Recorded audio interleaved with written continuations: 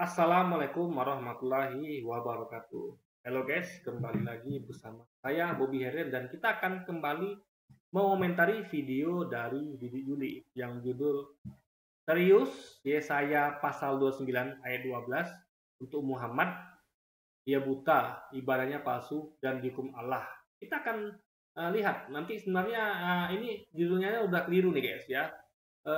Jadi Yesaya pasal 9 ayat 12 ini ya itu bukan menyebutkan kalau yang buta tuh Nabi Muhammad, ibadah palsu dan dihukum Allah bukan Nabi Muhammad, tapi tentang bangsa Israel.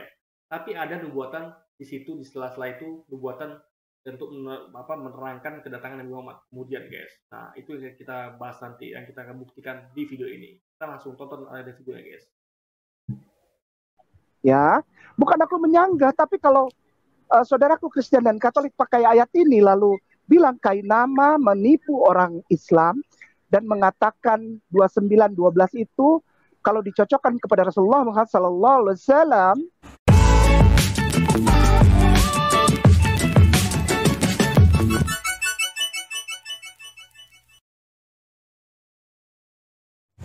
Shalom saudaraku, salam damai sejahtera di dalam kasih Kristus. Berjumpa lagi dengan saya, Didi Juli. Kita akan belajar berapologetika bersama-sama di channel ini. Pada kesempatan kali ini saya masih menanggapi Ustadz Ahmad Kainama, di mana beliau masih ngeyel bahwa Yesaya 29:12 ini adalah untuk Muhammad, yaitu nabinya orang Islam. Meskipun sudah ada beberapa apologet Kristen yang menjelaskan tentang ini, bahwa ini tidak ada hubungannya dengan Muhammad, termasuk saya juga pernah membahasnya gitu.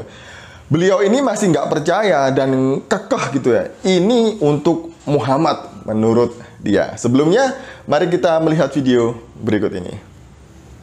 Nah, dan apabila kitab itu diberikan kepada seorang itu 12, 13-nya, dan Tuhan berfirman, oleh karena bangsa, saudaraku Kristen dan Katolik dengan segala rasa hormat, ya, dengan segala rasa hormat, ya, bukan aku menyanggah, tapi kalau saudaraku Kristen dan Katolik pakai ayat ini lalu bilang Kainama menipu orang Islam dan mengatakan 29:12 itu kalau dicocokkan kepada Rasulullah Muhammad SAW, lalu menyatakan Kainama itu bahwa Kainama mengatakan bahwa Rasulullah adalah nabi palsu. Saya rasa bukan gitu maknanya harusnya. Makanya kita bahas guys. Jadi ayat ini bukan ngomong bahwa Nabi Muhammad palsu, enggak. Nanti kita jelaskan ya. Kita akan bahas lengkap konteks ayatnya dari pasal Yesaya 2 pasal 1 ya. Kita ambil karena itu permulaan. Kita harus tahu itu pembukaannya apa gitu. Kalau kita baca di pasal 29-nya guys, lengkap.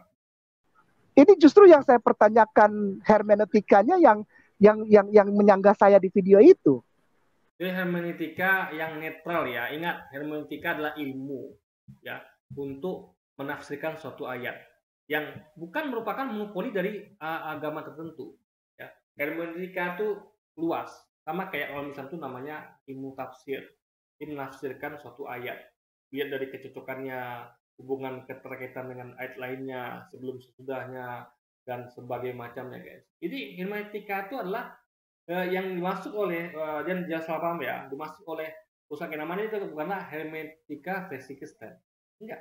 Hermeneutika yang benar bagi dia adalah yang kita yakini bersama lah yang netral, yang bukan dari monopoli siapapun. Jadi meskipun ada hermeneutika versi Kristen, ya Anda boleh ambil, tapi Anda tidak boleh telah mentah guys. Dalam artian itu kan dogma, jadinya dogma kan. Kalau telah mentah berarti Anda termakan dogma. Kayak di Juli ini ya pasti dia akan dalam mentah hermeneutika versi Kristen itu. Kita tidak.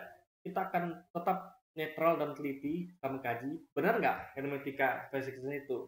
Dan kita akan meneliti secara yang benarnya bagaimana hermeneutika yang netral, yang tidak terpengaruh oleh dogma. Dia tahu hermeneutika enggak? Kan hermeneutika ada 18 sampai 21 poin. Di antaranya ada hermeneutika ayatiyah. Iya dong. Itu semua orang tahu, nggak perlu ini, semua orang tahu. Dan di dalam hermeneutika juga ada eksegese. Ayolah. Saya nggak mau terlalu rumit gitu loh, karena rahmatan lil alamin mengajak saya untuk jangan terlalu rumit lah. Allah itu memberikan segala sesuatu gamblang supaya umat gamblang menyerapnya dan mengaplikasikannya di dalam kehidupan beribadah sehari-hari sebagai gambaran connection from connection between the creation with their creator. Itu aja. Jadi kenapa dibikin pusing gitu loh? Ya memang bukan mualaf kalau pekerjaannya nggak comot-comot ayat, mencuri ayat yang... Ini mau saya bahas dulu ya. Mencomot ayat. Ya. Kita kalau tidak comot ayat, tidak comot dalil, ingat, ayat itu dalil ya. Ayat dalil. Yang tertulis, yang tekstual. Itu harus diambil, dicomot untuk mendukung argumentasi. Jadi kalau Anda argumentasi tanpa ayat, tanpa dalil, alias tidak mencomot ayat atau dalil tertentu, itu namanya asumsi, paham ya? Ya, asumsi aja, nggak pakai dalil gitu. Tapi orang yang pakai metodologi, dia mengatakan ini, dalilnya mana? Diambil ayat itu, alias dia comot itu. Itu benar guys, nggak ada salah nggak mencomot ayat. Justru orang yang tidak comot ayat itu yang kacau. Ngomongnya asal aja gitu, tanpa ada dasar yang tertulis, tekstualnya nggak ada. Lalu dikatakan mencuri ayat. Nah, ini dia harus ngaji ya, dia harus paham ya. Umat Islam percaya terhadap kitab-kitab yang diturunkan selain Quran, belum Quran ya. Jadi umat Islam itu bukan hanya percaya pada Quran, tapi kepada kitab-kitab yang diturunkan sebelum Quran, yaitu ada Taurat, Zabur, Injil. Nah, cuma kepercayaan umat Islam itu sampaikan oleh Quran bahwa kitab-kitab sebelumnya itu udah dibawa-bawa oleh tangan manusia. Ya. Nah, siapa yang pegang itu? Ya, yang megang umat Kristiani. Mereka yang memegang kitab yang udah dibawa-bawa oleh tangan manusia itu. Sesuai dengan informasi dari Quran sampaikan bahwa kitab sebelumnya sudah dibawa oleh tangan manusia. Nah, Kristen yang megang itu. Nah, jadi ini bukan masalah mencuri, karena sama-sama meyakini. Umat Islam juga meyakini perjanjian lama, ya, karena di situ ada Taurat, Zabur, Injil yang dibawa oleh tangan manusia. Ya, artinya ada yang belum diubah. Karena diubah-ubah berarti ada yang belum berubah, ada yang sudah diubah gitu. Paham ya? Nah, makanya umat Islam pakai itu sebagai referensi. Itu kan mencuri, guys, bukan. Itu bukan kecuali kalau di dalam perjanjian lama itu nggak ada Taurat, Zabur, Injil, ya. Jadi itu memang betul-betul udah dibuang semuanya, diganti baru, oke. Tapi faktanya kita menemukan ada perubahan di situ. Nah, untuk membuktikannya makanya diadakan pencocokan. Ya. Apa yang sesuai dengan yang Quran sampaikan itu berarti belum diubah. Itu metodologi sederhana, guys. Apa yang tidak sesuai dengan Quran sampaikan itu telah berubah. Gitu. Paham ya? Sama misalnya gini deh, kayak catat sejarah Pangeran Diponegoro. Ingat, catat sejarah Pangeran Diponegoro yang ditulis oleh pengikut Pangeran Diponegoro dan ditulis oleh pejuang setelahnya. Anggaplah setelah Pangeran Diponegoro itu siapa ya? Saya nggak tahu ya. Anggaplah Imam Bonjol lah, anggap. Meskipun beda ya, Imam Bonjol itu kan dari Sumatera Barat. Tapi anggaplah penerus perjuangan Pangeran Diponegoro adalah Tuan Imam Bonjol. Nah, jadi pengikut Pangeran Diponegoro itu mencatat sejarah tentang Pangeran Diponegoro, ya kan? Yang asli gitu. Nah, lalu datang Belanda, kan bukan Belanda ya, memang kejadian itu kan pada itu kan memang perang dengan Belanda, dengan terjadi Belanda. Belanda tentu berkepentingan untuk mengubah-ubah ya, anggaplah Belanda itu berkepentingan untuk mengubah tulisan tangan dari pengikut Pangeran Diponegoro. Untuk tujuannya untuk apa? Untuk memfitnah Pangeran Diponegoro. Makanya Belanda ambil itu udah diubahlah suka hati mereka gitu kan oleh Belanda. Nah ini lebih seperti ini guys miripnya. Belanda ubah-ubah, misalnya Pangeran Diponegoro itu sebagai pejuang dikatakan sebagai pemberontak, sebagai teroris, orang jahat. Padahal dalam tulisan pengikutnya dia selalu mengatakan Pangeran Diponegoro itu adalah pahlawan, pemberani. Belanda bikin itu berubah menjadi pemberani, jadi pengecut gitu. Nah, tiba-tiba setelah itu ya dan tulisan itu direbut oleh Belanda. Ingat, tulisan dari pengikut Pangeran Diponegoro itu direbut oleh Belanda yang pegang. Belanda yang ubah, mereka yang pegang gitu. Karena apa mereka ubah? Karena mereka yang megang, mereka bisa ubah itu. Mereka ada kopinya gitu guys. Nah, datanglah yang kemudian, pejuang kemudian namanya, anggaplah Pangeran Tuan Imam Bonjol. Nah, Imam Bonjol menginformasikan kalau tulisan pengikut Pangeran Diponegoro itu sudah diubah-ubah oleh tangan manusia. Siapa dimaksud ya? Meskipun beliau tidak menyebut spesifik, kita tahu oh ini pasti Belanda nih. Karena yang megang itu kan judulnya kan Belanda kan bikin catat sejarah tentang Pangeran Diponegoro. Nah, kita langsung tahu nih pengikut Tuanku Imam Bonjol. Kalau ini buku yang pegang Belanda itu adalah catat sejarah tentang Pangeran Diponegoro, jangan-jangan itu buku yang diambil dari tulisan pengikut Diponegoro. Karena buku itu sudah nggak ada lagi gitu kan. Nah, waktu itu memang Belanda yang menjajah gitu. Nah, maka mereka teliti, ya. Maka mereka lihat dari keterangan Tuan Imam Bonjol. Tapi apa sih Pangeran Diponegoro? Nah,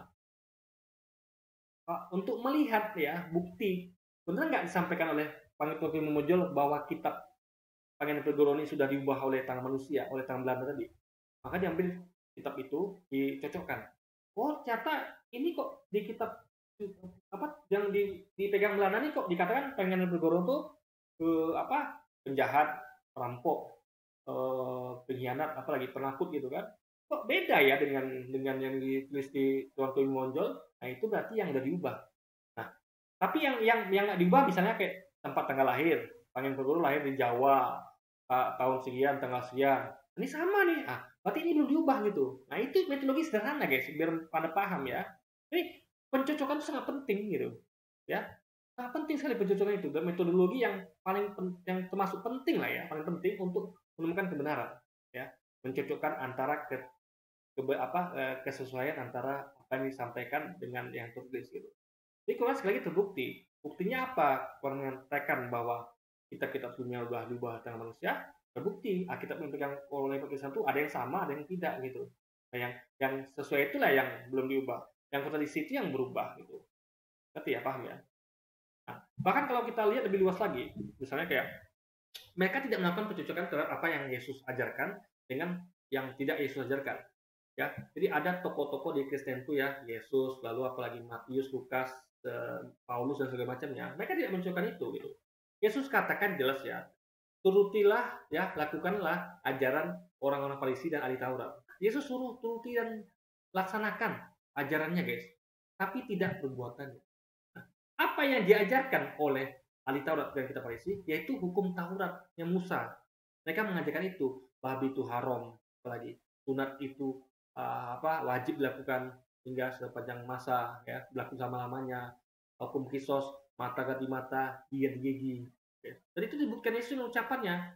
Kayak Yesus membahas tentang hukum cerai. Dia berkata, kalian telah mendengar bahwa seorang pria yang menceraikan istrinya harus memberikan surat cerai pada istrinya itu. Tapi aku berkata padamu, yaitu Yesus kata menambahkan alias mengenapi artinya adalah menambah sehingga lengkap. Umat Kristen nggak tahu gini guys arti kata mengenapi. Ya, mereka nggak kira kata mengenapi adalah menghilangkan. Enggak, atau merubah, enggak, tapi mengenapi adalah menambah sehingga lengkap. Sehingga hukum cerai tadi, ya, Yesus tambahkan dengan bila engkau menceraikan istrimu bukan karena zina, ya. Jadi kalau kamu menceraikan istrimu bukan karena zina, artian kalau dengan zina boleh, gitu. Jadi kalau seandainya bukan dengan zina, kamu ceraikan istrimu tidak berzina nih, kalau kamu ceraikan, maka yang berlaku kamu tuh sama dengan membuat istrimu berzina. Bahkan kalau ada pria yang menikahi mantan istrimu itu, yang kamu ceraikan bukan karena zina, dia laki-laki itu sama dengan berzina. Itu hukum, jelas hukum cerai dari Yesus sampaikan, bahwa boleh menceraikan istri hanya kalau dia berzina. Kalau tidak, maka Anda membuat dia berzina dan membuat laki-laki yang menikahi dia, mantan istri Anda itu dengan berzina juga gitu. Jadi jelas Yesus menguatkan hukum cerai. Jadi maksud Yesus adalah, yang diajarkan Yesus adalah, selain memberikan surat cerai pada istri yang kita ceraikan, itu ceraikannya bukan hanya harus karena zina. Kalau bukan karena zina nggak boleh ceraikan guys. Ini berbeda dengan yang disampaikan oleh para pendeta, yang disampaikan oleh ajaran perjanjian baru, bahwa nggak boleh bercerai satu daging gitu. Ngerti ya perbedaan? Jadi perlu diadakan pencocokan sehingga diketahui ada kontradiksi. Kalau nggak cocok namanya kan kontradiksi. Makanya kalau cocok ajaran yang disampaikan berikutnya dengan Yesus sampaikan, berarti itu cocok. Ngerti ya? Itu berarti benar ajarannya. Karena kita kebenaran datang dari Yesus, bukan dari orang-orang selainnya. Yesus pernah mengatakan ya, apabila seorang nabi dengan berani mengatakan apa yang tidak pernah aku katakan, atau perintahkan untuk ajarkan katakan kepadanya, nabi itu harus mati. Ini bukan main-main. Jadi orang itu nggak boleh mengatakan apa yang selain Yesus katakan. Yesus tidak pernah mengatakan akulah Tuhan dan sembahku. Jangan coba-coba Anda berani mengatakan itu atau mengajarkan itu guys, bahwa Yesus Tuhan dan sembahlah dia. Ya. Dan terbukti orang-orang yang dengan berani mengatakan Yesus Tuhan dan mengajarkan bahwa dia itu menyembah dia, itu matinya Anda lihat mengenaskannya. Anda baca sejarah deh, bagaimana matinya orang-orang ini, orang-orang pendiri Kristen awal. Ada yang salib terbalik, disalib, dipancung Kaisar Nero, diserang kuda. Itu bukti ancaman Yesus jadi nyata. Ya, orang-orang yang berani mengatakan atau mengajarkan apa yang tidak pernah Yesus katakan atau perintahkan untuk ajarkan katakan kepadanya. luar biasa guys. Itu ancaman Yesus jadi kenyataan. Nah, makanya itulah perlu, makanya itu metodologi pencocokan itu penting sekali gitu. Kita harus cocokkan apa yang Yesus sampaikan. Nah, sama nggak yang orang disampaikan dengan yang Yesus sampaikan? Dalam Islam juga begitu ya. Apa yang Nabi Muhammad sampaikan itu apa yang para sahabat dan para tabiin ustadz sampaikan harus sama dengan yang disampaikan Nabi Muhammad. Makanya diadakan pencocokan. Makanya dibaca lagi Qur'annya, hadisnya, biar cocok gitu. Nggak bisa ustadz ini asal-asal ulama, asal-asal ngomong, nggak bisa guys. Harus sesuai dengan apa yang Nabi Muhammad pernah ucapkan. Makanya dalam Islam tuh ada metodologi jelas ya. Nah, itu tafsir itu melihat ada tingkatannya ya. Jadi hadis itu disampaikan kategorinya apakah itu sahih, ya, doif atau palsu gitu. Ya kan, mutawatir segala macamnya. Jadi ada tingkatannya guys. Dan itu metodologinya lengkap. Dicek ini siapa yang menyampaikannya. Dia dapat dari mana, orangnya jujur atau tidak. Ya kan? Laporan saksi yang menyampaikan itu apa tidak gitu. Saksinya. Orangnya terpercaya apa tidak, tukang bohong apa tidak gitu. Orang ini ada cacat apa enggak? Maksudnya bukan cacat fisik ya, tapi cacat mental, dalam artian dia ini mungkin ada penyakit hati ya, kayak mabuk atau apapun itu gitu. Itu jadi Islam ini jelas semuanya, dicocok-cocokkan.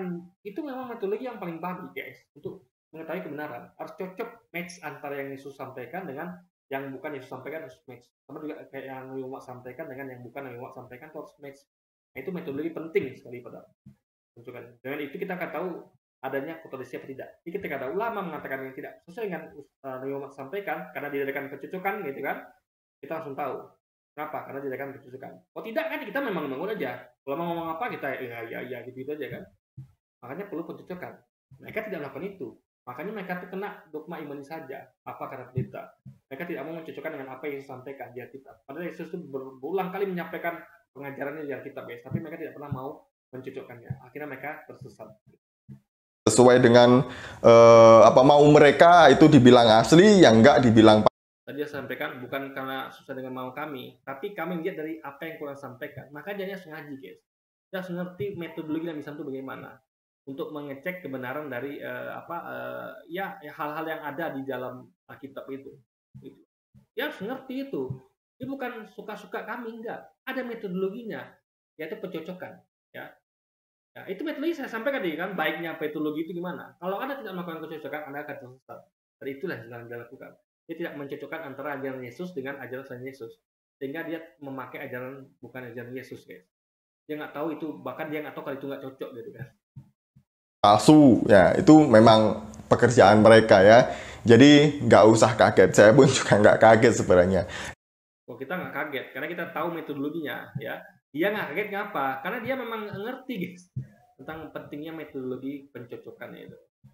Tapi saya punya kewajiban untuk menjelaskan, untuk menanggapi apa yang mereka sampaikan. Karena ini masih berhubungan dengan kitab suci yang saya imani. Kita kembali ke Yesaya 29 ayat 12, di mana Ustadz Kainama tadi itu tetap kekeh bahwa ayat ini adalah untuk nabinya. Meskipun beliau tadi itu juga sempat membahas ayat 13 dan 14-nya gitu ya, untuk bangsa yang buta gitu ya, bangsa yang suka memutarbalikkan keadaan atau memutarbalikkan fakta gitu ya. Ya, tapi tetap ayat 12-nya ini untuk Muhammad, kata beliau. Dan menariknya beliau tadi itu menyinggung tentang, karena itu ada hubungan dengan penglihatan, guys. Penglihatan itu adalah penglihatan itu adalah melihat sesuatu yang belum terjadi, yang akan terjadi di masa depan. Itu nama penglihatan. Jadi semacam petanda atau nubuatan. Karena katanya dia adalah penglihatan. Coba kita lihat di ayatnya ya. Jadi ini hubungannya dengan sesuatu yang jauh dari ke depan gitu. Makanya disebut juga penglihatan. Jadi makanya konteks ayat 12 tuh karena ngomong tentang penglihatan, berarti sudah larinya kepada nubuatan. Itu poinnya, guys. Prinsip dalam hermeneutika yang benar. Kalau saya melihat apa yang dilakukan oleh Ustadz Kainama dan Ustadz mualaf yang lainnya, sangat jauh dari kaidah atau prinsip-prinsip hermeneutika yang benar. Ya, hermeneutika versi Kristen. Ya, jangan bilang itu hermeneutika versi Kristen itu benar gitu, enggak. Orang punya hermeneutika masing-masing. Karena hermeneutika itu soal ilmu yang dipakai siapa saja. Jadi kita tidak terpaku pada satu institusi seperti Kristen. Bahkan yang Islam pun diajarkan ya, kita tuh kita menafsir tuh ya, kita tuh nggak bisa mentah-mentah dengan tafsiran. Makanya Islam tuh ada 4 imam gitu guys, ya kan? Nah, dengan tafsiran masing-masing. Islam tidak diajarkan untuk percaya dogma gitu aja. Kamu harus percaya ini, imam-imam kita kan. Ada imam-imam lain, ada 4 imam itu, yang mana mereka semuanya adalah guru dan murid. Jadi mereka tidak begitu aja memakai hermeneutika dari gurunya. Mereka memakai akal logikanya untuk membuat hermeneutika mereka sendiri, dan itu dicocokkan masih sesuai dengan gurunya, nggak melenceng guys gitu. Kan? Jadi mereka tuh bukan seperti yang ya mangut-mangut aja gitu, dalam artian imani saja. Enggak, Islam tidak mengajarkan hal itu. Makanya Islam itu tidak mengajarkan monopoli hermeneutika. Dalam artian kita sebut Islam itu namanya tafsir, yaitu cara mentakwil ayat. Pada siapa itu turun, kapan turunnya, apa konteksnya, apa keterkaitan dengan ayat lainnya, dan segala macam guys.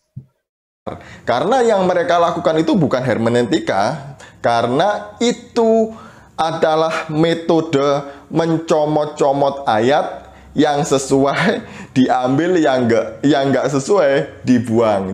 Jangan salah ya, itu sebelum mengambil ayat itu juga melihat konteksnya. Maka saya ajarkan ya, kita kan lihat konteksnya deh. Ya. Jadi kita tuh nggak cuma ayat. Ayat 12 itu berkaitan dengan ayat-ayat lainnya. Itu kita lihat nanti. Ini sama sekali tidak mencomot ayat, ya. Tidak. Tapi melihat konteks lengkapnya. Kita akan lihat nanti, guys. Jadi itu bukan eksegese, karena kalau eksegese itu juga nggak seperti itu. Tapi lebih tepatnya itu adalah eisegesa. Menarik kesimpulan atau memaksa ayat sesuai dengan pikirannya sendiri. Enggak, kita akan lihat kesesuaian dengan konteks yang penting. Jadi nggak ada pemaksaan di sini. Gitu. Justru mereka memaksakan kalau itu hanya untuk bangsa Yahudi. Itu kacau nih guys. Mereka melakukan pemaksaan. Mereka nggak tahu kalau penglihatan itu adalah hubungan dengan nubuatan. Penglihatan, melihat sesuatu yang di depan itu. Bukan melihat dengan mata. Maka situ ada kata nanti apabila gitu. Itu guys, logika-logikanya. Atau lebih tepatnya ya mungkin istilah kasarnya itu memperkosa ayat ya. Itulah yang dilakukan oleh mereka. Nah, bagaimana prinsip atau kaidah hermeneutika yang benar gitu ya? Ya, versi Kristen gitu kan. Saya punya buku hermeneutika. Nah, ini buku pegangan di sekolah tinggi teologi. Versi Kristen guys gitu. Kita nggak main dong, main-main saja kita nggak main. Kita punya akal, kita logika untuk mengkaji sesuatu gitu. Ini boleh sebagai referensi, tapi nggak boleh jadikan dogma, paham ya? Yang merasuk ke kepala sehingga kita tuh jadi nggak netral lagi. Itu poinnya guys. Teologi ya, saya dulu. Jadi semua mahasiswa wajib punya buku ini. Jadi ini diwajibkan oleh dosen kami. Buku hermeneutik ini tulisan Gordon Davy dan Douglas Stuart gitu ya. Buku ini sangat bagus untuk menolong kita sebagai guidance bagi kami untuk mengeksegese setiap ya, karena sudah dirumuskan oleh orang Kristen sendiri gitu. Ini mereka nih hanya memakai itu tanpa mengkaji, tanpa menelitinya benar nggak itu. Jadi mereka tuh mengiyakan saja guys. Jadi mereka dogmanya manis saja gitu. Jadi apa yang dikatakan ini buku ini semua benar itu ya sudah gitu kan. Kalau tidak, kita akan melihat konteks lengkapnya nanti gitu. Ayat dengan benar. Nah, kalau Ustadz Ahmad Kainama tadi bilang bahwa apa yang dia lakukan sesuai dengan kaidah ini, sesuai dengan 11 poin, nggak ada sama sekali poin yang mendukung apa yang dilakukan oleh Ustadz Ahmad Kainama tadi itu. Nah, untuk kita mengeksegese atau kita memahami atau kita belajar satu ayat atau satu kata gitu ya, kita itu butuh banyak buku referensi sebenarnya ya. Nah, yang utama adalah Alkitab karena memang yang mau kita eksegesi adalah Alkitab. Kemudian buku-buku pendukung gitu ya, misalnya ini teologi Alkitabiah teologi versi Kristen. Perjanjian Lama, misalnya ini seperti ini.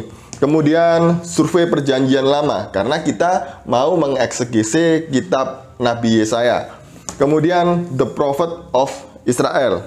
Nah, ada buku-buku yang lain, termasuk ensiklopedia Alkitab masa kini, kemudian kamus Alkitab, gitu ya. Kalau ada istilah-istilah yang membuat kita bingung, kita bisa mencari di sini. Dan kemudian ada buku yang paling penting di dalam eksegese, seperti leksikon, interlinear, number strong, dan lain. Dan commentary. Commentary itu dipakai paling belakang. Jadi jangan membaca commentary terlebih dahulu ketika kita mengeksegese Alkitab. Karena kalau kita membaca commentary dulu, pasti pikiran kita akan terpengaruh oleh commentary tadi itu. Nah, mari kita mengeksegese Yesaya 29 ayat 12 berdasarkan kaidah hermeneutika yang benar. Versi Kristen, tambahkan guys. Jadi hermeneutika yang benar, menurut itu yang versi Kristen. Kita akan lihat nanti yang mana yang benar gitu. Nah, yang pertama yang harus kita perhatikan adalah penulisnya. Siapa penulisnya? Tentu sudah pasti bahwa penulisnya adalah Nabi Yesaya. Kemudian, kapan kitab Yesaya atau Nabi Yesaya melayani? Yesaya mulai pelayanan itu tahun 740 sebelum Masehi sampai 680 sebelum Masehi. Pada akhir masa pemerintahan Raja Usia, masa pemerintahan Ahaz dan Hizkia, dan awal pemerintahan Raja Manasye. Nah, informasi seperti ini didapat dari mana? Dari buku-buku yang saya sebutkan. Ya, itu namanya referensi, ya, introduction. Kita akan lihat konteksnya guys gitu. Yang penting itu konteksnya, bukan introduction seperti ini. Itu hanya sebagai pengenalan saja gitu. Tapi konteksnya akan lain ya, karena konteks itu bahas sesuatu yang kadang nggak berhubungan sama itu, paham ya? Tapi itu hanya pembantu aja, pengenalan, introduction, bukan mengunci konteks tadi gitu guys. Kan tadi itu. Nah, di mana Nabi Yesaya melayani? Di Israel, kepada bangsa Israel. Kepada siapa? Oh, tadi sudah sampaikan ya, kepada bangsa Israel. Nah, konteksnya apa? Nah, ini penting. Kalau kita melihat di dalam Alkitab, di situ tidak ada keterangan bahwa konteks ini apa sebenarnya yang terjadi gitu di dalam bagian ini atau perikop ini. Nah, konteks pada waktu itu, keadaan yang terjadi pada waktu itu adalah Israel berada dalam kekuasaan Asyur dan Tuhan berjanji akan memulihkan Israel.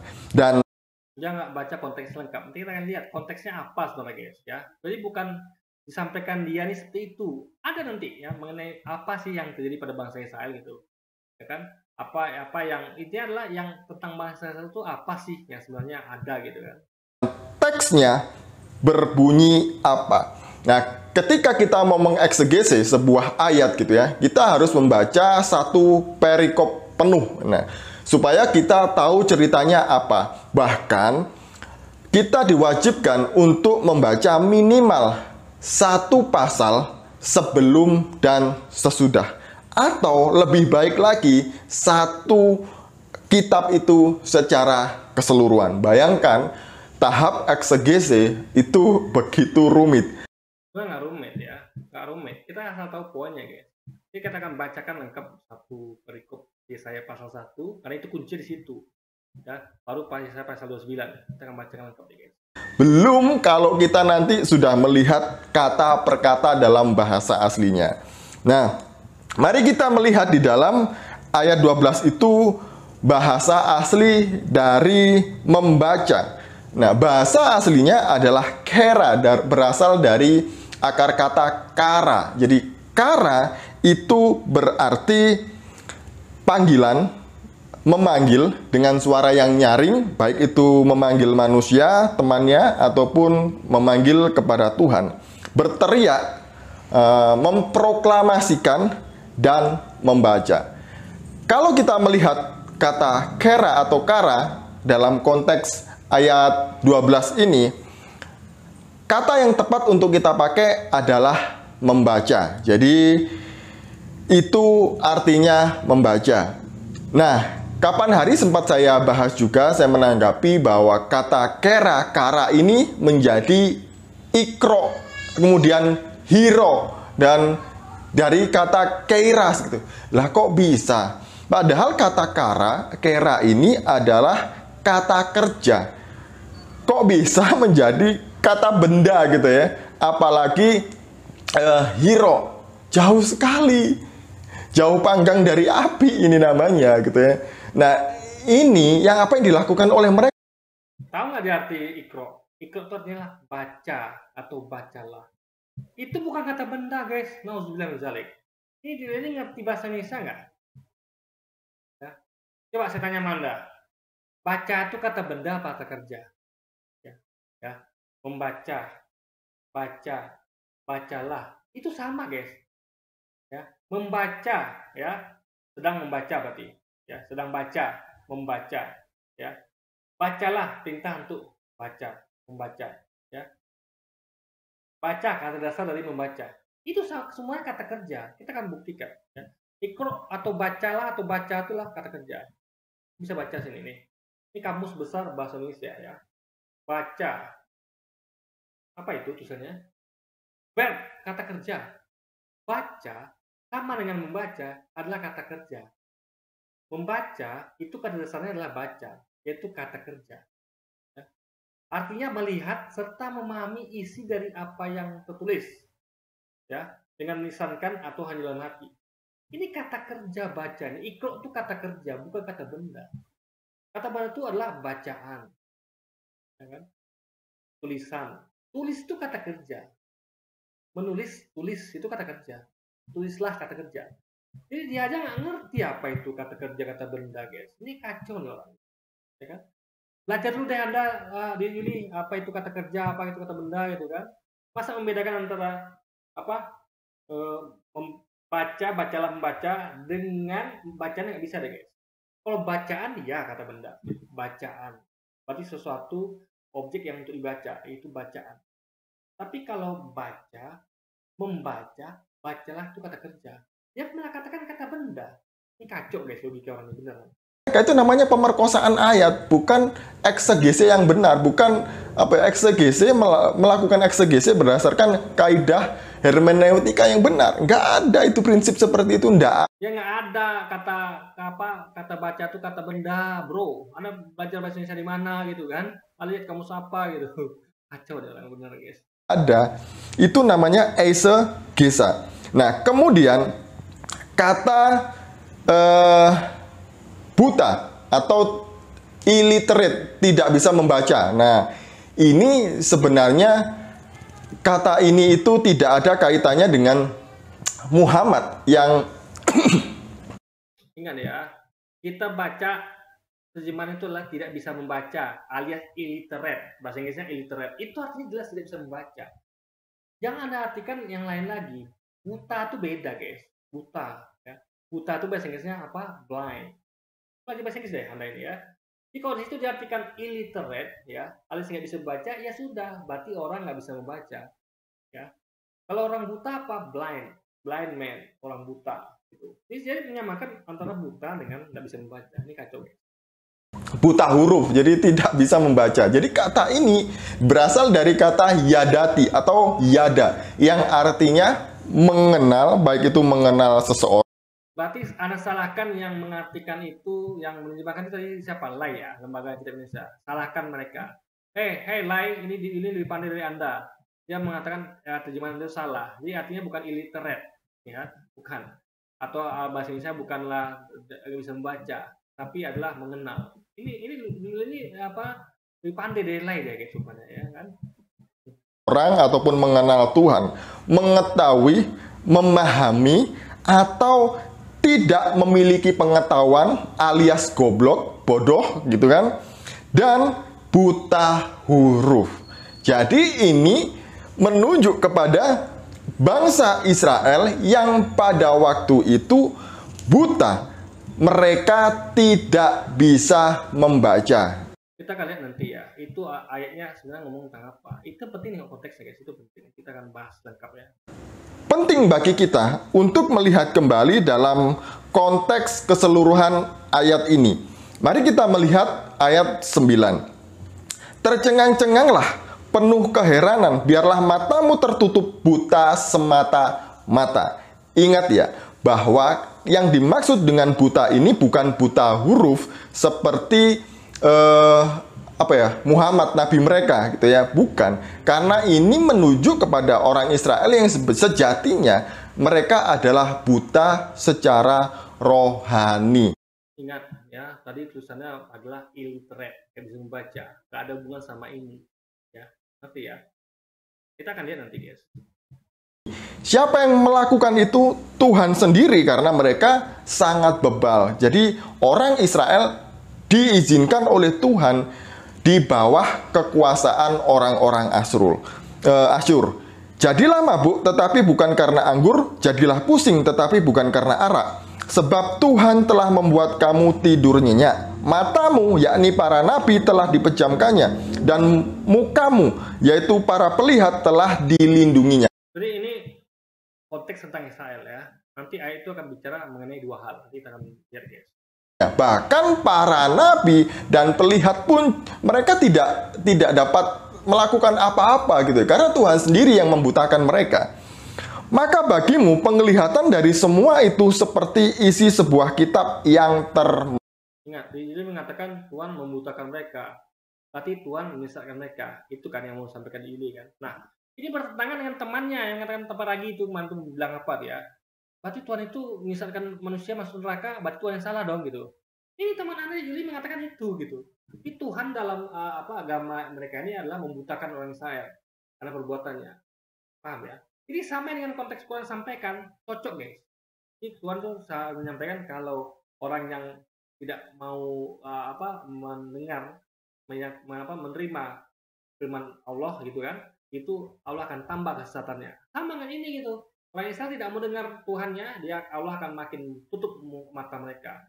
Itu logis gitu, karena Allah tuh punya wewenang, bukan Allah yang salah, karena umatnya duluan yang sudah melakukan ingkar. Nah, ini pelajaran berharga bagi tanpa ragu. Anda tonton video ini tanpa ragu, Anda akan ngerti. Alkitab Anda juga ngomong seperti itu, dan itu sama yang Tuhan sampaikan, bahwa orang-orang yang ingkar pada Tuhannya itu akan tambah disesatkan, akan tambah dibutakan oleh Tuhannya. Karena yang salah bukan Tuhannya, kenapa dia ingkar gitu, ya kan? Kenapa dia tidak mau menerima, dan bertambah-tambah kesesatannya, Tuhan tambah lagi guys, kesesatan dan kebutaannya. Ini teman lagi sekali lagi ya, ini bukan salah Tuhan, tapi salah Anda. Kenapa Anda ingkar? Kalau nanti masuk neraka, gitu kan? Materai. Kemudian apabila itu diberikan kepada orang yang tahu membaca dengan mengatakan, baiklah baca ini, maka ia akan menjawab, aku tidak dapat Nah, maka bagimu penglihatan dari semuanya itu ya, penglihatan tuh nubuatan ya, melihat sesuatu yang dihubungkan dengan masa depan gitu ya, kelihatannya itu ya. Jadi seperti kalau apabila itu kalau, ingat belum terjadi, ini ngomong tentang masa depan. Kalau ya, nanti kita akan baca lengkapnya guys ya, intinya kita akan baca lengkapnya. Bab kitab itu termeterai. Ingat, pada bagian ini ada dua kategori gitu ya. Yang pertama orang yang dapat membaca tapi tidak bisa membaca karena kitab itu termeterai. Bagian kedua, memang dia adalah orang yang tidak dapat membaca. Ayat 12. Dan apabila kitab itu diberikan kepada seorang yang tidak dapat membaca, nah ini menurut mereka orang yang tidak dapat membaca ini adalah Muhammad. Lucu ya, padahal ini nggak ada sama sekali berbicara tentang Muhammad. Dengan mengatakan, baiklah baca ini, maka ia akan menjawab, aku tidak. Ini berhubungan dengan Nabi Muhammad. Kenapa? Karena memberitakan sesuatu yang terjadi di masa depan, guys. Paham ya? Nubuatan. Ini namanya nubuatan. Penglihatan, nubuatan. Ya, maka dikatakan apabila di sini. Apabila ya, andai ngomong tentang masa depan, guys. Itu tidak ngerti gitu. Apa yang jadi masa depan? Bahwa ada orang yang akan dibawakan kitab kepadanya, tapi kitab itu termaterai. Itulah kitab yang termaterai. Injil membawa kitab kepada Nabi Muhammad ya, yang termaterai, alias kitab itu artinya termaterai itulah kitab yang benar. Sudah segel itu, maksudnya itu memang dari Tuhan itu. Nah, Nabi Muhammad mengatakan aku tidak membaca. Ini nubuatan tentang Nabi Muhammad. Udah sampaikan di Yesaya, guys. Nubuatan dari Nabi Yesaya ini gitu. Akan datangnya nabi nanti yang akan menuntun Israel ya kepada jalan lurus gitu. Ya, nabi itu turunkan di tanah Arab. Israel itu harus melihat ke Arab, ya kan? Karena nabi ini diutus untuk seluruh alam semesta, bukan Israel saja gitu. Jadi kemuliaan Israel itu dicabut, dipindahkan ke Arab. Kita akan lihat ayat ini, guys. Dapat membaca. Jadi kalau kita melakukan eksegese berdasarkan prinsip hermeneutika yang benar, ayat ini sama sekali tidak membicarakan tentang Muhammad yang buta huruf, yang menerima wahyu di Gua Hira. Tidak ada. Itu namanya teologi maling, mencuri ayat sesuai dengan keinginan. Mencuri ayat gimana? Tadi saya ada terangkan bukan mencuri ayat ya, guys. Makanya nggak ngerti. Dia harus belajar ngaji dulu biar dia paham itu. Jadi Taurat, Zabur, Injil itu bukan monopoli umat Kristen. Bahkan Taurat, Zabur, Injil itu ya, itu Taurat, Zabur itu dipakai oleh umat Yahudi. Gak bisa ya. Jadi kalau misalnya umat Yahudi memakai ini lalu dikatakan mencuri, itu enggak. Karena kitab yang dipegang mereka ini adalah keyakinan ada pada masing-masing umat, Yahudi, Kristen, Islam. Bedanya yang tadi saya sampaikan, Kristen meyakini penuh ya, tapi tidak melaksanakan. Islam meyakini penuh ya, melaksanakan, tapi diyakini bahwa sebenarnya benar, enggak. Bukan seperti Kristen yang meyakini sebenarnya benar, tapi hiasan bagi mereka yang mereka lakukan. Kita meyakini bahwa sebagiannya sudah terdistorsi oleh tangan manusia, sebagian lagi belum gitu. Nah, jadi yang cocok itulah berarti yang belum terdistorsi. Itu metodologi sederhana, guys. Yang dia nggak pasti paham ini hal itu kan. Makanya dia kira mencuri lah apalah katanya, karena dia nggak paham masalah guys gitu. Dan yang paling penting adalah ayat selanjutnya juga. Dan Tuhan telah berfirman, oleh karena bangsa ini datang mendekat dengan mulutnya dan memuliakan aku dengan bibirnya, padahal hatinya menjauh daripadaku, dan ibadahnya kepadaku hanyalah perintah manusia yang dihafalkan. Jadi itu orang yang munafik lah pada ayat 13 ini ya. Dia jauh dari Tuhan, tapi hanya mulutnya saja melakukan ibadah, hanya sekedar rutinitas kayak gitulah ya. Mungkin ada juga orang Kristen yang seperti itu, tidak ibadah dengan sungguh-sungguh ya, hanya kalau hari Minggu ke gereja. Nah ini yang dimaksudkan oleh bukan guys, dia baca ini, dia nggak ngerti. Ibadahnya kepadaku hanyalah perintah manusia yang dihafalkan. Ingat, perintah manusia bukan perintah Tuhan guys. Ya baca nggak ini gitu? Ini perintah manusia, bukan perintah Tuhan. Nah, kalau dihubungkan dengan yang Yesus sampaikan kan cocok, matching. Yesus sampaikan, turutilah dan lakukanlah apa yang diajarkan oleh orang-orang ahli Taurat dan orang Farisi. Disuruh turuti dan ikuti guys. Ajarannya, ingat ajarannya. Bukan perbuatannya. Nah, perbuatan itu suruh Yesus tidak ikuti. Nah, perbuatan itu apa? Ini. Perbuatan orang Israel itu adalah perintah manusia yang dihafalkan. Ya, perbuatan, perintah manusia, perintah untuk ini itu, bukan ajarannya guys. Nah ini jelas ini ya, orang Israel itu menyuruh, memerintahkan untuk mengerjakan perbuatan-perbuatan yang mereka suruh hafalkan. Orang Israel itu menghafal perbuatan-perbuatan itu, tapi tidak melaksanakan ajarannya guys.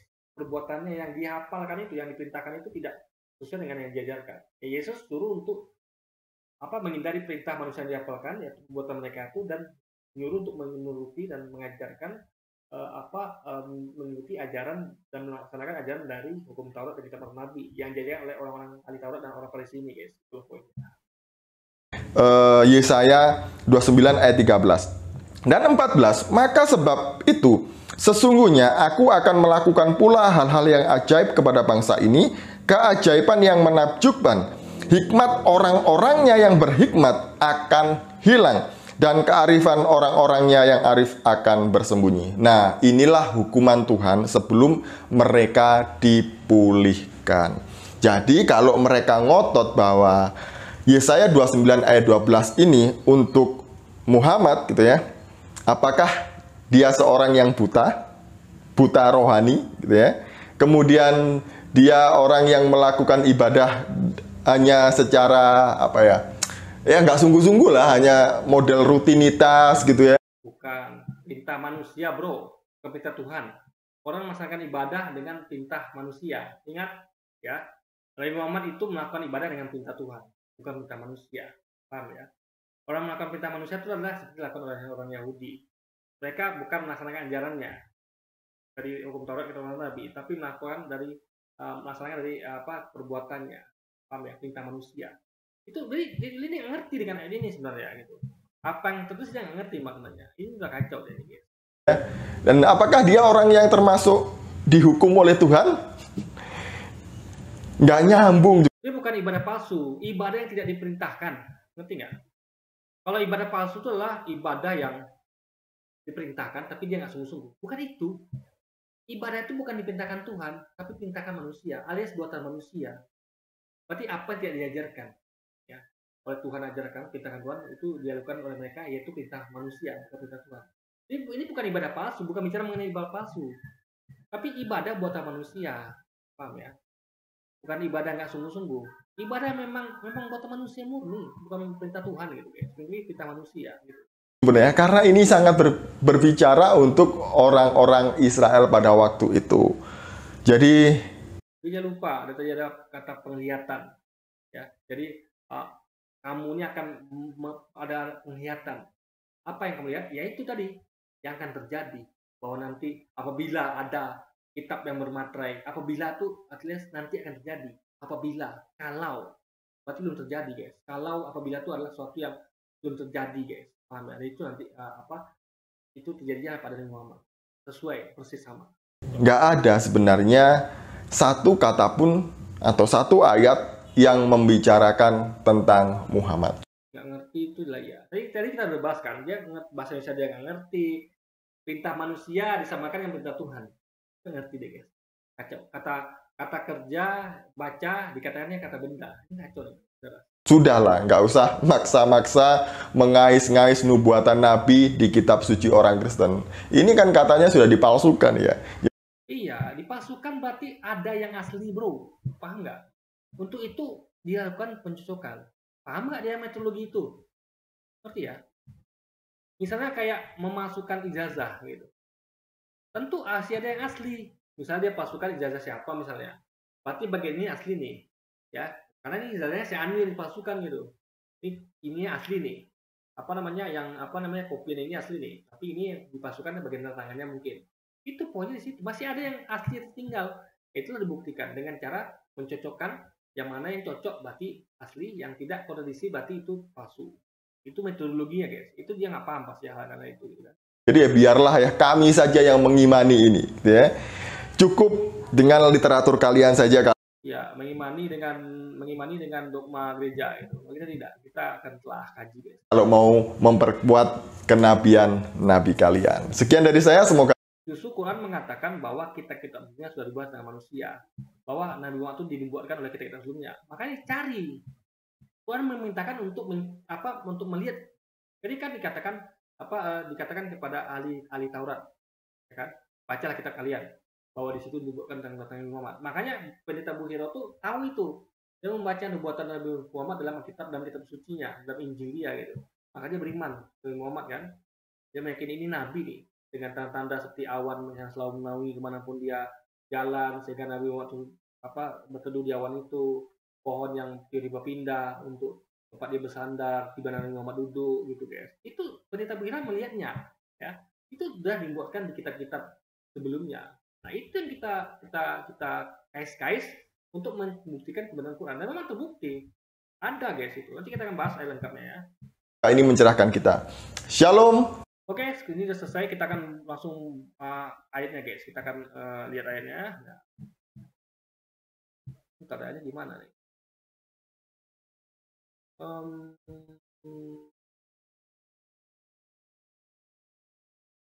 Ini agak susah, guys. Gimana caranya?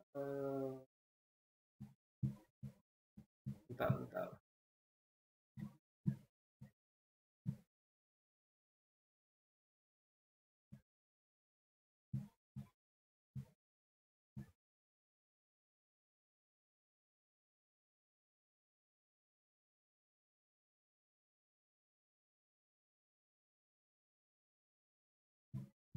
Gimana ya bagusnya ya? Bentar.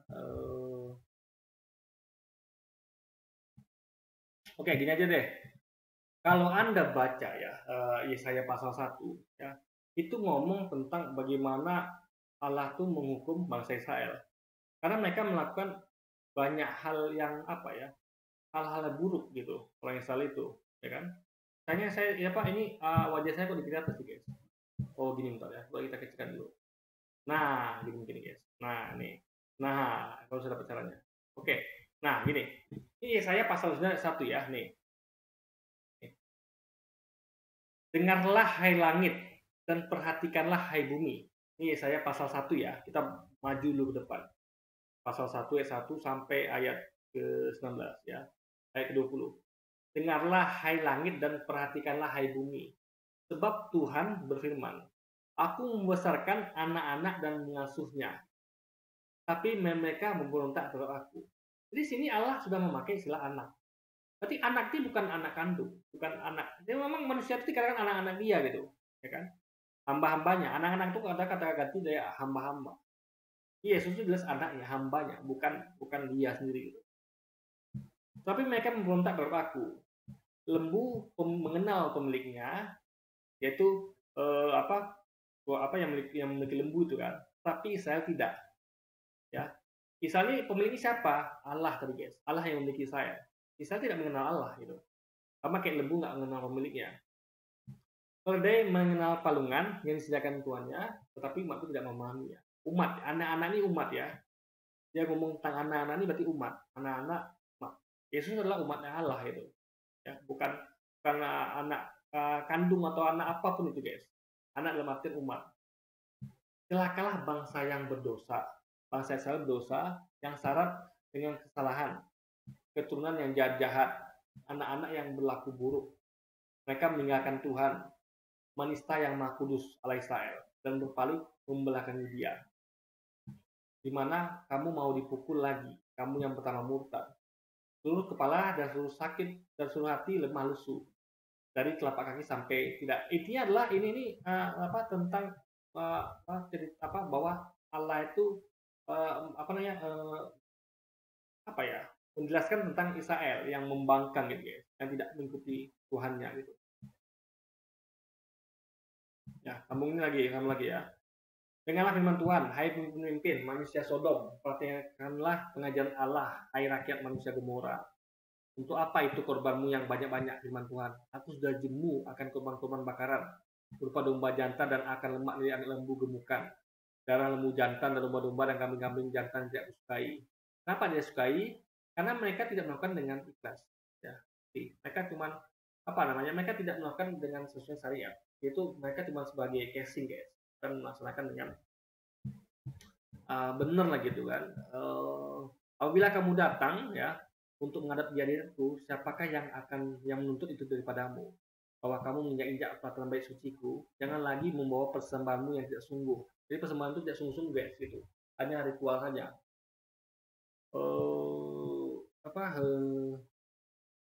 Sebab baunya adalah kejijikan bagiku. Kalau kamu merayakan bulan baru dan sabat atau mengadakan pertemuan-pertemuan, aku tidak tahan melihatnya, karena perayaanmu itu penuh kejahatan. Jadi perayaannya sudah menyimpang guys. Perayaan bulan barumu dan pertemuan-pertemuan yang tetap aku benci melihatnya. Jadi Allah benci melihat itu guys. Semua itu menjadi beban bagiku. Aku telah payah menanggungnya. Apabila kamu menegadahkan tanganmu untuk berdoa, ingat ya, orang Islam itu ya. Makanya ini orang Islam guys sebenarnya guys. Karena doanya dengan mengadahkan tangan ya, atas, bukan dengan begini gitu. Ini tangan apa Islam malah begini gitu. Nah, siapa yang tiru gitu guys? Jelas-jelas ini dikatakan berdoa menadahkan tanganmu untuk berdoa, yaitu begini kan. Aku akan memalingkan mukaku, bahkan sekalipun kamu berkali-kali berdoa. Jadi mereka berdoa berkali-kali memang dengan cara menadahkan tangan, bukan dengan tangan dikasih begini. Aku tidak akan mendengarkannya, sebab tanganmu penuh dengan darah. Jadi yang salah karena tangannya itu penuh dengan darah guys. Alias penuh dengan dosa gitu. Basuhlah, bersihkanlah dirimu, jauhkanlah perbuatan-perbuatanmu yang jahat dari depan mataku, berhentilah berbuat jahat. Jadi orang Israel telah berbuat jahat gitu. Belum belajar berbaik, usahakan keadilan, jangan kejam. Ya, intinya adalah ini pasal 1 kita tutup ya. Ini jelas ini. Intinya adalah mereka Israel ini udah jahat lah ibadah gitu. Nah, ini faktanya apa terjadi? Mereka makin jahat. Mereka menolak Yesus. Ingat, orang Israel menolak Yesus. Itu poinnya. Mereka mengira bahkan Yesus itu menyamakan dirinya dengan Tuhan gitu. Sehingga mereka marah. Padahal Yesus bukan menyamakan dirinya dengan Tuhan. Karena Yesus membantah kata-kata Yahudi yang mengatakan, ya, kamu cuma seorang nabi, tapi kenapa kamu samakan dirimu dengan Tuhan, dengan Allah? Apa jawaban Yesus? Yesus katakan, bukankah dalam kitab sucimu kamu dikatakan disebut sebagai Allah? Di dalam kitab suci umat Israel sendiri, orang Yahudi itu disebut sebagai Allah. Jadi Allah menyebut orang Israel itu sebagai Allah. Dalam artian Yesus pengen bilang, apakah kalian jadi Allah dengan Allah sebut dengan Allah? Itu hanya sebutan, bro. Itu maksudnya. Kalau kalian aja disebut Allah sama oleh Tuhan Allah, oleh Yahweh kalau waktu itu ya, kan disebut Allah, karena kan bukan Allah, itu hanya sebutan penuh perumpamaan bahwa kalian adalah Allah di bumi, paham ya? Jadi artinya adalah bertugas untuk menjadi khalifah, mengurus bumi. Bukan berarti dia Allah. Nah sama kayak aku gitu, ya. Kenapa kalian tuduh aku menyamakan diri dengan Tuhan? Padahal kalian kalau dikatakan Tuhan mengatakan dia Allah, berarti aku bukan Allah.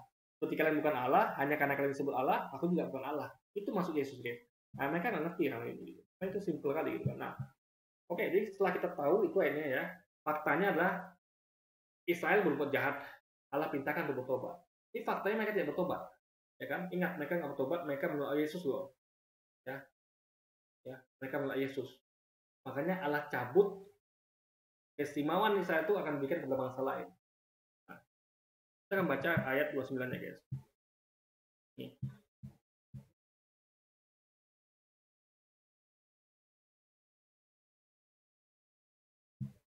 Tercengang-cengalah ya, penuh keheranan. Bentar, saya nggak salah ada ini guys ya, mana ya? Ini karena susah nih guys, karena begini dia. Nah, coba bentar ya. Agak ribet nih guys. Apa ya bunyinya ya?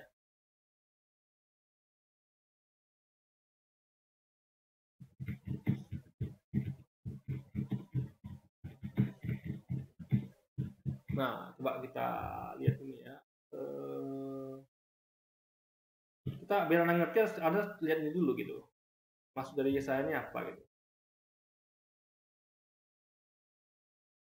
Nah, nih Matius 21 guys. Larinya ke sini guys, larinya guys. Hermeneutikanya larinya ke sini. Ya. Aduh.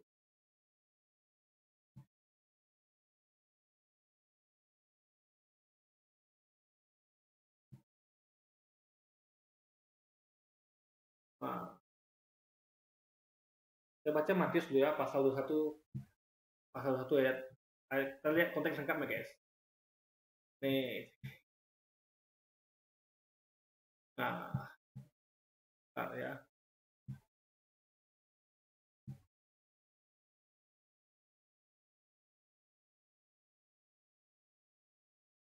Nah nih.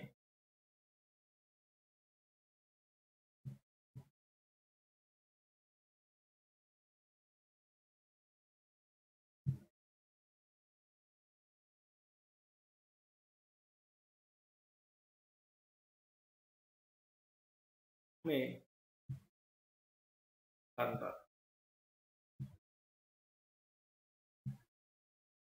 Nah, ini poin di sini ya, nih.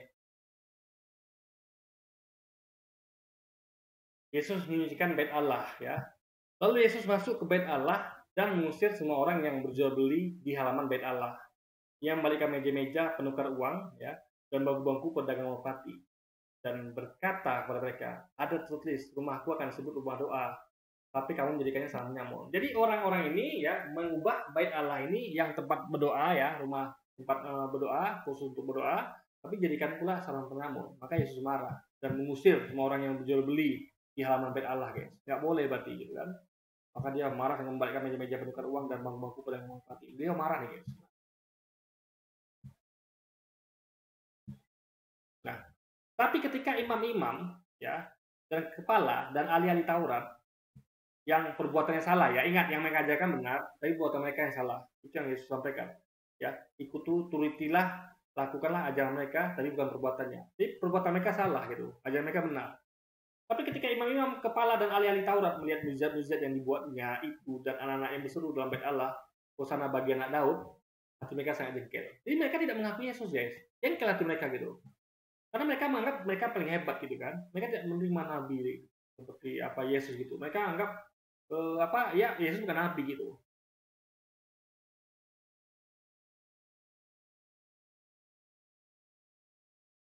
Nah, intinya begitu guys ya. Nah ini yang penting ini nih guys.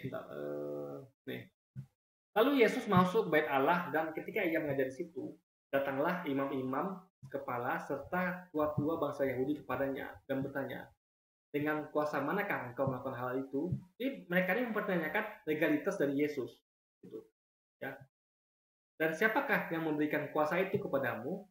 Nah, apa jawab Yesus? Ya, jawab Yesus pada mereka, aku juga akan mengajukan satu pertanyaan kepadamu, dan jika kau memberi jawabnya padaku, aku akan mengatakan juga kepadamu dengan kuasa manakah aku melakukan hal itu. Nah, dari manakah baptisan Yohanes? Di sorga atau di manusia? Mereka memperbincangkannya antara mereka dan berkata, kalau kita katakan dari sorga, dia akan berkata kepada kita, kalau begitu, mengapa kamu tidak percaya padanya? Jadi mereka sedang berdebat, guys. Jadi yang memberikan baptisan Yohanes itu dari surga pada manusia, gitu. Kalau jawabnya dari surga, berarti mereka harus mau nggak mau ikut pada Yesus. Karena Yesus itu dibaptis langsung dari surga gitu kan, dengan turunnya tadi Roh Kudus gitu. Malaikat Jibril gitu kan, dalam bentuk burung merpati. Tapi kalau dikatakan dari manusia, kita katakan dari manusia, kita takut kepada orang banyak. Sebab semua orang menganggap Yohanes ini nabi. Mereka takut, guys. Mereka takut karena orang-orang tuh menganggap Yohanes nabi, gitu.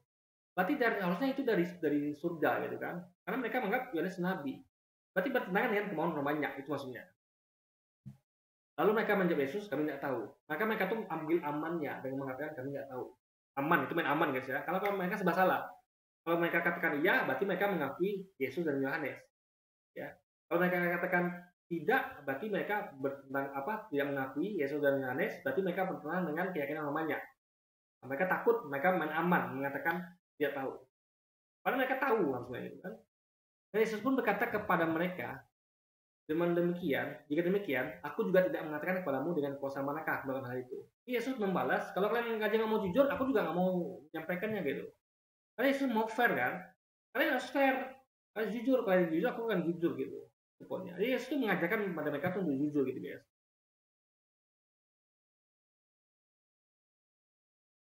Nah, jadi Yesus mengatakan banyak nih. Apakah pendapatmu tentang ini? Seorang mempunyai 2 anak laki-laki, dia pergi kepada anak sulung yang berkata, bla bla bla. Intinya adalah ini untuk agar orang percaya kepadanya, agar percaya pada Yohanes juga gitu.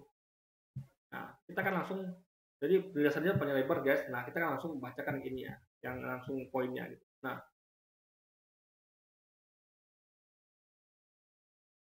kata mereka kepadanya, ini jawaban ya, kita langsung yang ini ya. Nih, kata Yesus kepada mereka, belum pernahkah kamu baca dalam kitab suci, batu yang dibuang ya, oleh tukang-tukang bangunan telah menjadi batu penjuru. Hal itu terjadi dari pihak Tuhan, suatu perbuatan ajaib di mata kita. Sebab itu, aku berkata kepadamu, bahwa kerajaan Allah akan diambil daripadamu. Berarti kerajaan Allah akan diambil daripadamu Israel. Akan diambil. Padamu ini siapa? Bangsa Israel. Karena dia sedang ngomong dengan bangsa Israel. Jadi kerajaan Allah akan diambil daripadamu, bangsa Israel, dan akan diberikan kepada suatu bangsa yang akan menasihkan buah kerajaan itu. Bangsa apa itu? Bangsa Arab. Ingat bangsa Arab yang menghasilkan buah kerajaan dari ajaran-ajaran Nabi Ibrahim, Daud, Musa dan sebagainya. Diberikan kepada suatu bangsa yaitu bangsa Arab. Ini kalau kita baca hermeneutika yang benar gitu ya. Nah, dan barang siapa jatuh ke batu itu, ia akan hancur, dan barang siapa tiba batu itu, ia akan remuk. Ketika imam-imam kepala dan orang-orang Farisi mendengar perumpamaan-perumpamaan Yesus, mereka mengerti bahwa mereka lah yang dimaksudkannya. Ini berarti ini untuk Israel guys ya. Israel itu begini begitu, makanya nanti kerajaan Allah akan diambil dari imam-imam Farisi ini, dan orang-orang Farisi ini akan diambil kerajaan Allah daripada mereka dan diberikan kepada bangsa lain yang akan menghasilkan buah itu, buah kerajaan Allah. Itu bangsa apa? Bangsa Arab. Karena bangsa Arab yang masih megang teguh ya di Nabi Muhammad, megang teguh ajaran Musa, ajaran Daud, ajaran Yesus guys. Itu poinnya. Dan mereka berusaha untuk menangkap dia, tapi mereka takut pada orang banyak, karena orang banyak menganggap dia itu nabi. Orang banyak menganggap dia nabi, guys. Yesus itu, guys, bukan Tuhan loh. Paham ya poinnya ya? Orang pada waktu itu menganggap dia nabi. Baru di Konsili Nikea lah mereka menganggap dia Tuhan. Ingat, ini fakta bahwa orang banyak itu menganggap dia nabi, bukan Tuhan, guys. Ini fakta loh. Pada waktu itu Yesus dianggap nabi oleh orang banyak. Mereka yang lebih tahu kan, karena mereka hidup bersama dengan Yesus. Bukan orang-orang yang 300 tahun setelah yang di Antioquia itu. Mereka nggak kenal Yesus karena mereka tidak hidup bersama Yesus. Mereka inilah hidup bersama Yesus. Orang-orang yang hidup zaman dia menganggap dia nabi, bukan Tuhan. Fakta ya, ini fakta saya ngomongnya. Nah, sekarang kita, Yesus bukan Tuhan tapi nabi. Kita akan baca tadi, guys. Kita masuk. Jadi Anda paham ya? Ini bukti kalau, dan mereka memang terbukti mereka tidak mengikuti Yesus kan? Terbukti. Maka terjadilah ancaman itu, bahwa kerajaan Allah itu kan diambil dari Israel dan diberikan pada bangsa lain berbahasa Arab. Karena mereka terbukti, sudah diperingatkan tadi di Yesaya pasal 1 mereka tidak mendengar, bahkan Yesus mereka tolak, akhirnya Allah buktikan ancamannya dengan mengambil kerajaan itu daripada mereka dan memberikan kepada bangsa lain.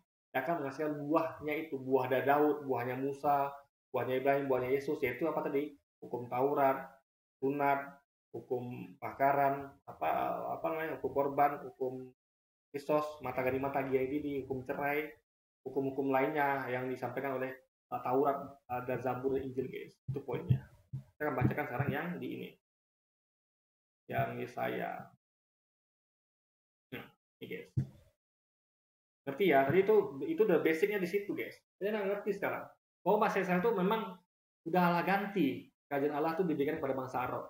Ya, masalah itu pastilah bahasa Arab. Karena bahasa Arab yang masih mengajarkan tentang ajaran Musa, ajaran Daud dan sebagainya gitu. Bahkan sampai ke ajaran Yesus gitu kan. Nah, sekarang kita lihat di 29 ayat 9-nya. Ini mulainya, guys. Tercengang-cengalah penuh keheranan. Biarlah matamu tertutup, buta semata-mata, ya. Jadi orang Israel itu gitu. Jadi matanya tertutup, buta semata-mata gitu. Jadi buta dalam artian pura-pura buta, guys. Karena buta benar kan bukan mata tertutup. Tapi mata tertutup kan berarti kan pura-pura buta gitu. Pura-pura nggak melihat gitu. Jadilah mabuk, tapi bukan karena anggur. Berarti pura-pura mabuk. Karena mabuk beneran itu kan dengan anggur. Berarti mereka ini pura-pura buta, pura-pura mabuk gitu kan. Jadilah pusing, bukan karena arak. Berarti pura-pura pusing. Karena pusing beneran itu kan yang minum arak, guys. Nah, sebab Tuhan telah membuat kamu tidur nyenyak. Dalam artian Tuhan itu sengaja membuat orang ini tidur nyenyak. Dibuat enakan itu, guys. Tidur nyenyak itu kan enak kan? Enak tidur nyenyak kan? Dinabobokkan Tuhan gitu. Ya, dengan nyamanan mereka itu. Jadi mereka tuh apa istilahnya gitu ya? Yakni para nabi, yaitu matamu, ya kan? Seperti Tuhan telah membuat kamu tidur nyenyak. Mata mereka ini adalah yang mereka lihat. Kalau jadi matanya ini adalah kalau berfungsi, yaitu para nabi. Ini para nabi adalah yang menuntun mereka, gitu. Berarti maksudnya ya. Telah dipejamkannya dan mukamu, ya ini untuk para pihak telah dituduhnya. Jadi mereka ini udah dibuat tertutup matanya gitu. Mereka menutup matanya, Allah tambahkan itu dengan mereka tetap menutup matanya, dibuat menjadi. Sehingga mereka tidak lagi mengakui para nabi gitu. Ya kan? Nah, dia juga tidak melihat kebenaran karena telah ditudungi mata mereka gitu kan. Nah.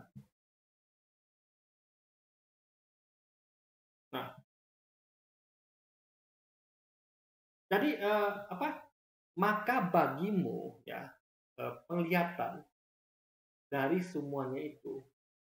Jadi meski mereka ini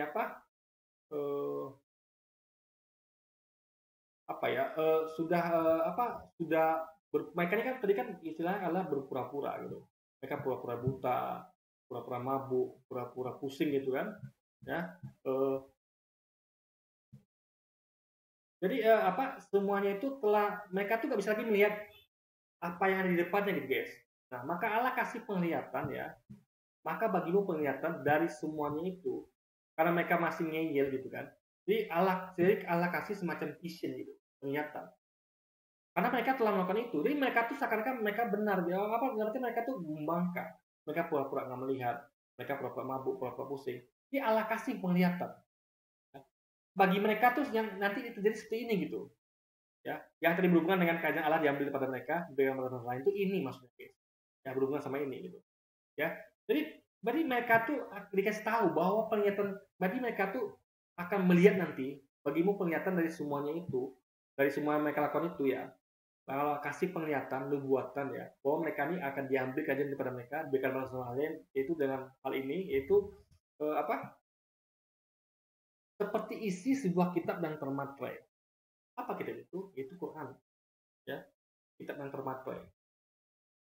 Kitab itu nanti ya, apabila, karena kan belum nih, masih kalau. Jadi kitab itu apabila diberikan kepada orang yang tahu membaca, dengan mengatakan, baiklah baca ini, maka ia akan menjawab, aku tidak dapat membaca. Nah, dan apabila kitab itu diberikan kepada seorang yang tidak dapat membaca, dengan mengatakan, baiklah baca ini, maka ia akan menjawab, aku tidak dapat membaca. Paham ya? Nah, ini berhubungan dengan Nabi Muhammad. Ya. Jadi gini, siapa yang orang yang tidak dapat membaca? Ya, siapa? Ya kan? Nabi Muhammad kan orang yang bisa membaca. Nah, jadi kenapa kitab ini bermaterai ya kepada? Ini gini guys ya, ada orang dua yang bisa membaca dengan tidak bisa membaca. Jadi orang yang bisa membaca itu adalah orang Israel, ya kan?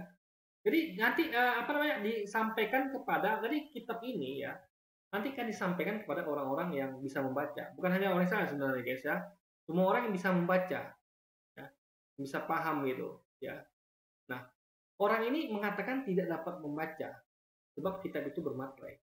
Memang Tuhan sengaja tidak menyampaikan kitab itu pada mereka, karena kitab itu disampaikan kepada nanti bangsa Arab. Ingat ya, itu bukti. Kenapa dikatakan mereka tidak bisa membacanya? Karena kitab itu Tuhan materai, ya, Allah materai, karena Allah akan membukakan materai itu kepada bangsa Arab melalui utusan Nabi Muhammad. Ya. Jadi kitab itu nggak turunkan untuk mereka, gitu. Karena kalau disampaikan, kalaupun ya apabila disampaikan kepada mereka kitab itu, mereka akan mengatakan tidak dapat membaca gitu. Meskipun mereka bisa membaca gitu. Alias percuma, bisa baca kok nggak bisa membaca gitu. Karena kitab itu dimaterai, alias Allah tuh sudah memakai kitab itu sehingga tidak bisa dimengerti oleh orang Israel. Makanya orang Israel sekarang tidak mengikuti Nabi Muhammad kan? Hanya sedikit saja. Kenapa? Mereka tidak mengakui Nabi Muhammad kan? Orang Israel bukan cuma tidak mengakui Yesus, juga tidak mengakui Nabi Muhammad. Itulah membuktikan beban Israel ini guys. Makanya Allah kasih kerjaan pada bangsa Arab. Nah, beban Israel tidak mengakui Yesus, tidak mengakui Nabi Muhammad. Nah, jadi diberikan kepada mereka bisa membaca, mereka harus bisa baca. Jadi mereka katakan aku tidak mau membaca, karena kita tuh bermaterai. Memang Allah sengaja membuat mereka tuh setelah mereka tuh bertambah-tambah, sehingga mereka tidak bisa membaca Quran, tidak memahami si Quran itu. Nah, tapi ya, kan isinya simple guys itu, simple sekali kalau kita bahas logika. Tapi Allah buat mereka tidak mengerti. Kenapa? Karena mereka udah sok dengan tutup mata mereka, pura-pura melihat, pura-pura mabuk, padahal nggak mabuk gitu guys. Itu poinnya. Nah, tapi apabila diberikan ya, dan apabila ya sebaliknya, setelah kalau diberikan seperti itu kan begitu. Makanya yang benar tuh yang apabila diberikan kepada ini, dan apabila diberikan kepada orang yang tidak dapat membaca, siapa yang tidak dapat membaca, itu kejadian yang kita tahu ada berlaku pada Muhammad. Ya persis sama kejadian guys. Muhammad tuh nggak bisa membaca dan diberikan kitab. Muhammad berkata tidak dapat membaca, meskipun Jibril 2 kali mengatakan bacalah Iqra gitu. Nah, ini untuk Nabi Muhammad ya, paham ya di sini. Nah, dan apabila kitab itu diberikan kepada seorang yang tidak dapat membaca dengan mengatakan baiklah baca ini, dia akan yang menjawab aku tidak dapat membaca, yaitu Nabi Muhammad. Ini adalah kejadian persis yang terjadi pada Nabi Muhammad. Nah, dan Tuhan telah berfirman ya, setelah dia diberikan mereka tuh vision yang akan datang itu, penglihatan yang akan jadi nanti. Apabila itu nanti kitab diturunkan, cuman kalau kepada orang yang bisa membaca ya, yang ngerti lah, tapi mereka ngerti, tapi mereka tuh menolak itu, ngerti nggak? Banyak orang-orang yang ngerti Quran, yang ngerti mereka tuh paham sebenarnya, tapi mereka tuh menolak itu, mereka menyesalkan dirinya gitu, paham nggak? Maksud saya, mereka tidak menerima kebenaran Quran. Nah itulah, jadi kitab itu bagi mereka bermaterai. bermaterai. Memang Allah kasih materai biar mereka tidak dapat memahami Quran. Paham ya? Jadi Quran itu hanya dipahami oleh orang-orang yang tidak pura-pura mabuk, pura-pura pusing, pura-pura mata tutup. Tapi makanya harus kalau mengkaji Quran itu harus dengan mata yang terbuka. Jangan seperti ini dengan pura-pura buta dengan mata tutup, pura-pura mabuk, pura-pura pusing, enggak guys. Tapi bukalah mata Anda dan sehingga Anda akan punya akan memahami Quran gitu. Jadi Allah akan cabut materai itu pada orang seperti itu. Makanya akhirnya diberikan kepada Nabi Muhammad disuruh baca gitu. Dan Tuhan berfirman, oleh karena bangsa ini ya datang mendekat dengan mulutnya, ya bangsa Israel itu datang mendekat dengan mulutnya, ya dan memuliakan aku dengan bibirnya, padahal hati yang jauh daripadaku. Jadi mereka hanya bibirnya yang memuji, tapi hatinya bukan untuk Allah guys. Tapi pada kesombongan, pada dia sendiri gitu kan, kemuliaan dia sendiri gitu.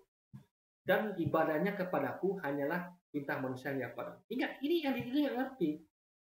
Ibadahnya kepadaku hanyalah perintah manusia yang diapakan. Bukan perintah Tuhan guys, perintah manusia yang diapakan.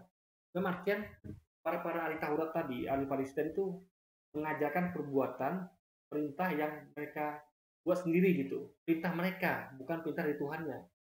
Mereka mengajarkan perintah Tuhannya, tapi tidak melakukan perintah Tuhannya. Mereka menyuruh untuk melakukan perintah dia, paham ya? Perintah mereka sendiri bukan perintah Tuhannya.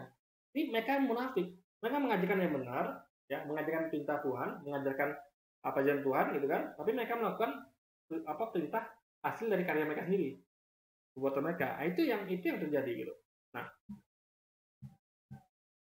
ini sekali lagi ini bukan yang seperti dibilang ya, itu orang yang beribadah tapi dia palsu, tidak sungguh-sungguh, bukan. Memang ibadah-ibadah yang dari manusia. Apa ibadah dari manusia? Misalnya itu tadi nyanyi. Yesus nggak pernah ajarkan nyanyi ya. Kayak ya itu kemarin kita buat video ada yang kayak orang dugem itu guys, musik itu kan Yesus nggak pernah ajarkan itu. Itu perintah manusia itu, ajaran seperti itu tuh. Karena tidak pernah Yesus ajarkan. Yang Yesus ajarkan itu adalah perintah Tuhan. Dan yang Yesus ajarkan itu perintah manusia. Paham ya di sini ya?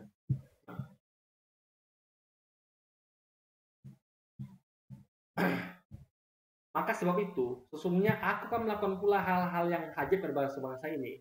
Ini berhubungan sama yang tadi ya, bahwa Allah cabut kerajaan Allah itu diberikan pada bangsa lain. Yang kami masih membuat itu yaitu bangsa Arab. Keajaiban yang menunjukkan, yaitu hikmat orang-orang yang berhikmat akan hilang. Allah cabut hikmat di sana itu guys, ilmu itu Allah cabut gitu, sehingga mereka menjadi orang bodoh gitu. Orang-orang Israel akan menjadi orang bodoh. Ya, mereka nggak lagi memahami Quran. Ya, kalau mereka memahami Quran, mereka akan mengikuti Muhammad. Juga ketika mereka waktu Yesus diutus, mereka akan mengikuti Yesus, tapi pasti tidak gitu. Ya Allah cabut itu hikmah dari mereka guys. Dan kearifan orang-orang yang arif akan bersembunyi. Orang-orang arif itu akan bersembunyi, nggak keluar kearifannya. Jadi mereka itu menjadi orang-orang yang tidak arif dan menjadi orang-orang yang tidak hikmat guys. Gitu. Celakalah orang yang menyembunyikan dalam rancangan-rancangannya terhadap Tuhan. Yang pekerjaannya teliti dan gelap sambil berkata, siapakah yang melihat kita dan siapakah yang mengenal kita. Nah ini orang-orang yang suka mengubah ajaran, ya, mengubah ajaran ini guys, ya, dengan menyangka bahwa Tuhan itu tidak melihat mereka karena mereka mengerjakan dalam gelap. Ya kan? Siapa melihat kita gitu dan siapa yang mengenal kita. Mereka lupa ada Tuhan yang mengawasi mereka guys. Mereka lupa bahwa Tuhan itu nggak seperti manusia yang bisa yang punya kekuasaan, yang punya segala melihat segala macam. Bahkan selai daun pun jatuh Allah itu tahu. Mereka lupa itu. Mereka menyamakan Allah dengan manusia yang punya keterbatasan gitu kan. Nah, betapa kamu memutarbalikan segala sesuatu? Apakah tanah liat dapat dianggap sama seperti tukang periuk? Sehingga apa dibuat dapat berkata tentang yang membuatnya? Nah, maksudnya ini pengen mengatakan bahwa apakah tanah liat alias yang diciptakan dapat dianggap sama seperti tukang periuk. Ingat, tukang periuk membuat periuk dari tanah liat. Berarti yang dibuat dari tukang periuk itu nggak sama dengan tukang periuk gitu. Yesus nggak sama dengan penciptanya. Yesus ciptakan, itu maksudnya poin di situ guys. Ya, seperti ya. Atau kayak umat orang ahli Taurat Farisinya menyamakan diri. Mereka tidak bisa menyamakan dirinya dengan Allah gitu. Nah, karena mereka menyombongkan diri, itu nggak layak melakukan, itu hanya Allah yang layak untuk menyamakan diri gitu kan. Nah, bukan dia yang membuat aku dan apa dibentuk berkata dengan bentuknya ia tidak tahu apa. Nah, intinya guys ya, Intinya ini ayat ngomong tentang kesombongan orang ahli Taurat dan orang Farisi. Sehingga mereka dengan kesombongannya Allah kasih nubuatan, pernyataan. Ya, nanti yang akan terjadi begini. Allah kasih tanda. Nah, jadi agar orang-orang Yahudi ini tahu ya bahwa nanti ada orang-orang Israel itu yang begini dan ada yang begini. Ada orang Israel itu yang dia tuh bisa membaca ya, tapi dia tuh nggak memahami gitu. Karena kitab itu dibaterai, di Allah kunci, tutup sehingga tidak bisa mereka baca. Cuma mereka bisa baca itu. Karena Allah kasih materai berarti tersegel gitu guys. Jadi karena Allah tidak ridho mereka dapat hidayah gitu, dapat petunjuk. Karena mereka sendiri yang buat pura-pura buta kan, pura-pura ini gitu. Jadi ini itu poinnya guys. Nah, jadi ini tentang ngomong tentang nubuatan. Itulah ilmu hermeneutika ya. Memakai nalar lihat dari konteks semuanya guys. Ini make sense itu masuk akal. Ya. Ini ngomong tentang penglihatan. Maka bagimu penglihatan. Bagi mereka penglihatan, tunjukkan Allah penglihatan nanti akan kejadian begini. Bahwa ada orang-orang yang dikasih kitab Quran ya, sampaikan Quran, mereka itu dapat membaca. Mereka dapat membaca Quran, tapi mereka tidak memahami isinya. Kenapa? Karena Quran itu Allah buat bermaterai bagi mereka, gitu. Bermaterai. Ya. Tapi ada orang-orang yang yakin Nabi Muhammad itu, sampaikan Nabi Muhammad itu Nabi Muhammad langsung menerimanya. Padahal beliau tidak dapat membaca. Kan? Muhammad betul tidak bisa membaca Nabi Muhammad. Makanya Muhammad itu mengatakan, aku tidak membaca. Tapi kalau mereka ini ya nggak bisa membaca karena Allah buat itu. Karena mereka pura-pura nggak bisa membaca. Paham ya? Pura-pura nggak paham. Jadi Allah buat mereka betul-betul nggak paham.